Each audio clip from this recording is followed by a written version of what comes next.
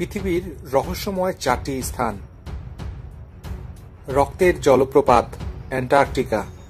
অনেক লোক বা বিজ্ঞানী এটি চোখে দেখেননি বা এর কোনো ছবিও না, তবে এটি বর্তমান। একদল গবেষক অ্যান্টার্কটিকা মহাদেশে গিয়ে এটি দেখতে পান এবং ছবিটি তোলেন। তাদের ধারণা ছিল অনেক অণুজীব এর ফলে এমনটা ঘটে, যদিও শূন্যে অনেক নিচে হিমশীতল আবহাওয়াতে টিকে থাকা অনেকটা অসম্ভব একটা ব্যাপার। বর্তমান ধারণা সেখানকার মাটিতে থাকা অনেক পরিমাণ আয়রন ও সালফার এর কারণে পানির রং লাল।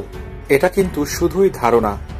সেই পানি কেন জমে লাল রঙের আইসক্রিমের মতো হলো না, সেটারও কোনো উত্তর নেই। ম্যাগনেট পাহাড় নিউ ব্রান্সউইক।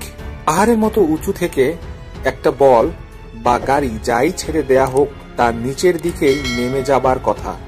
উল্টোটা হলে মাথায় চিন্তা হওয়া এটা স্বাভাবিক।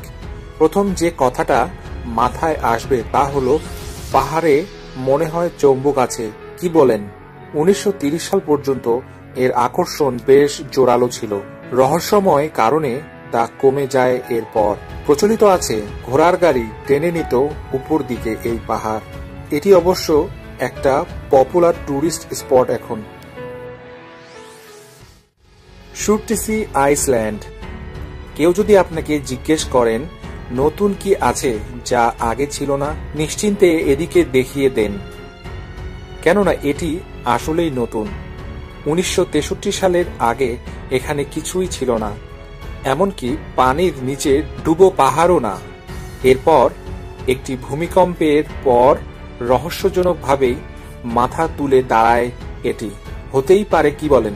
সমস্যা হলো মাঝখানের লেকটির পানি মিষ্টি বা পান করা যায় এমন, লবণাক্ত নয়। ব্যাপারটা আবিষ্কার করা হয় এ অঞ্চলে কোনো বৃষ্টিপাত হবার আগেই। বুঝুন ঠেলা। রিলেম্পাগো দ্বীপ, ক্যাটাটুম্বো ওলোগা, ভেনেজুয়েলা। বজ্রপাত সবাই চিনি। যাদের প্রেমিকা ভয় পান তারা মনে একটু বেশি চিনি। আমাদের দেশে বছরে কতদিনই আর এর দেখা পাই বলুন? দেখতে হলে তো যেতে হবে ভেনেজুয়েলাতে। এখানে বছরে 200 দিনেরও বেশি সময় বজ্রপাত হয়। তাও মাত্রা শুনবেন, কখনো কখনো মিনিটে 25 বার, এরও বেশি। ঠান্ডা পড়া বুঝেন? তীব্র বজ্রপাত, উফ, বজ্রপাত হইবায় লোকটি মারা গেল বললে বুঝবেন? প্রতি স্কয়ার কিলোমিটারে প্রতি বছর গড়ে 250 বার বজ্রপাত। চিন্তা করেন একবার। আমাকে হলিউড স্টার হতে দিলেও আমি যাব না এখানে, কিন্তু এত জায়গা থাকতে এখানেই কেন? সরি, কারণ কেউ জানেন না, সো বলতে পারলাম না। রহস্যময় কেল্লা। বিশাল জনমানবহীন কিন্তু সুন্দর উত্তর সৌদি আরবের মরুভূমির এই অংশে দাঁড়িয়ে আছে মাত্র একটি পাথর খোদাই করে বানানো মানবশূন্য এক রহস্যময় দুর্গ। দুর্গটির সম্মুখভাগ থেকে না দেখলে মনে হবে এ যেন শুধুমাত্র বিশাল আকৃতির গোলাকার আকৃতির একটি পাথর মাত্র, যা তৈরি হয়ে প্রাকৃতিক নিয়মেই। এই পাথর খণ্ডের বিপরীত দিকেই দেখলে অবাক হয়ে যাবেন এই কেল্লার দৃশ্য দেখে। এই দুর্গটি তৈরি করা হয় প্রথম শতকের দিকে, ইসলামী যুগের সূচনার পূর্বে। নাবাতিয়ান সাম্রাজ্যের দুর্গটি তৈরি করা হয় সম্পূর্ণ একটিমাত্র পাথরকে খোদাই করে, যা সত্যিকারের অর্থেই যেমন অসাধারণ সুন্দর, ঠিক একইভাবে অসম্ভব একটা কাজ। এত বড় দুর্গ দেখে স্বাভাবিকভাবেই কটি প্রশ্ন মনে এসেই যায়। এটা কেন তৈরি করা হয়? কে এই দুর্গ তৈরি করে? কোন উদ্দেশ্যে এই দুর্গ তৈরি করা হয়? আর কেন এটি এখানেই তৈরি করা হয়? কেনই বা এই মরুভূমির মধ্যে এতটা যত্ন সহকারে আর এতটা নিখুঁতভাবে তৈরি করা হয় এই দুর্গ? এই দুর্গের নাম কোয়াসার আল ফরিদ, অর্থাৎ একাকী দুর্গ। এটি অবস্থিত মাডা ইন সালিহ অঞ্চলে। এই এলাকায় এরকম আরো প্রায় 100টি বড় বড় পাথরের খণ্ড রয়েছে।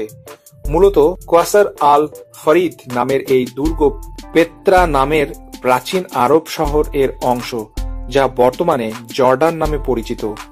এই দুর্গটি এখানে তৈরি করার কারণ হিসেবে অনেকেই মনে করেন, যেহেতু পেত্রা শহরটি নাবাতিয়ান সাম্রাজ্যের আমলের রাজধানী ছিল, সেহেতু এখানেই তৈরি করা হয়েছিল এত বিশাল স্থাপনা। সে সময় এই পেত্রা শহর ছিল ব্যবসায়িক কেন্দ্রবিন্দু। বিশাল বড় এই স্থাপনা এবং অসম্ভব সুন্দর এর সদর দরজা সম্বলিত এই দুর্গ ধরে নেওয়াই যায় যে সে সময় এই এলাকা জনবহুল ছিল বলে এখানেই তৈরি করা হয়েছিল সহস্র বছর আগে। কিন্তু এই দুর্গের কাজ কি ছিল? আসলে এটি কোনো দুর্গ ছিল না, মূলত এটি কবরস্থান এবং এটি অসম্পূর্ণ। তাহলে দুটি প্রশ্নের উত্তর পাওয়া গেল, কেন তৈরি করা হয়েছে আর এর কাজ কি?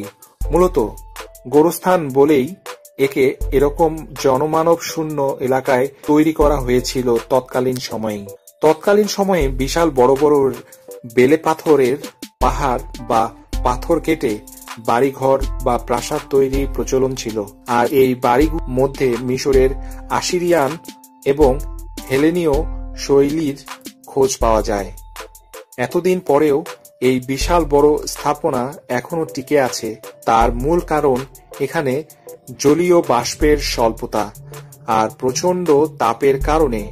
বর্তমানে এটি সৌদি আরবের সর্বপ্রথম স্বীকৃত বিশ্ব ঐতিহ্য স্থান।